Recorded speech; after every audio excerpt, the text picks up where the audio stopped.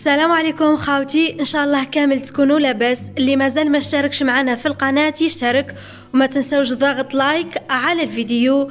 حفل زفاف المدعوه بالمؤثره الجزائريه كارولين يزلزل منصات التواصل الاجتماعي. نخليكم مع تفاصيل وبلا ما نوصيكم اللي ما اشتركش يشترك والضغط بقوه على اللايك. لا زال حفل المدعوة بالمؤثرة الجزائرية كارولين يصنع الحدث ويزلزل مواقع التواصل الاجتماعي. انتشرت مقاطع فيديو وصور لحفل زفاف كارولين في الساعات القليلة الماضية، حين أكدت أنها أدخلت خطيبها للإسلام قبل الزواج، إلى أن ما صنع الحدث هو صور الصليب التي كان مزين بها في الجدار.